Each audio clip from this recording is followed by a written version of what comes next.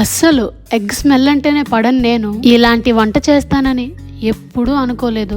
అసలు విషయం ఏంటంటే ఇన్స్టాగ్రామ్, యూట్యూబ్ లో వంట వీడియోలు చూస్తూ ఊరికే ఉండని మా ఆయన వాటిని నాకు షేర్ చేస్తూ ఈ రోజు ఎలా అయినా సరే ఇదే నాకు చేసి పెట్టు అని అడుగుతాడు. అందులో కొన్ని బాగుంటే మరికొన్ని భయంకరంగా ఉంటాయి. మరి దీని సంగతి ఏంటో చూడండి మీరే. ఉల్లిపాయ ముక్కలు, అల్లం వెల్లుల్లి పేస్ట్, ఉప్పు, కారం, గరం మసాలా, ధనియాల పొడి, జీలకర్ర పొడి, టొమాటో పేస్ట్, వీటన్నిటిని వీడియోలో చూపిస్తున్నట్టుగా ఒకదాని తర్వాత ఒకటి వేస్తూ వేగనిచ్చి ఉడకబెట్టిన ఓ 4 ఎగ్స్ ని ఇలా తురుముకొని టమాటా వేగనిచ్చాక తురుముకున్న ఎగ్స్ ని కళాయిలో వేసి బాగా కలుపుకొని తగినంత వాటర్ పోసుకొని ఒక 5 మినిట్స్ ఉడకనిచ్చి కర్రీ ఇలా దగ్గర పడ్డాక స్టవ్ ఆఫ్ చేసుకుంటే ఇలా వేడి వేడి మా ఆయన అడిగిన కర్రీ రెడీ.